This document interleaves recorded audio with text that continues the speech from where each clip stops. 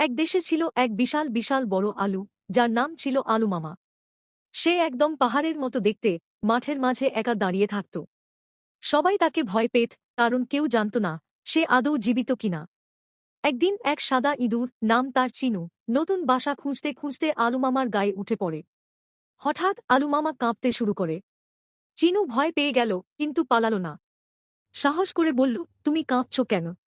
আলুমামা বলল, আমি খুব একা, কেউ আমার সঙ্গে কথা বলে না। চিনু হেসে বলল, তাহলে আমরা বন্ধু হই।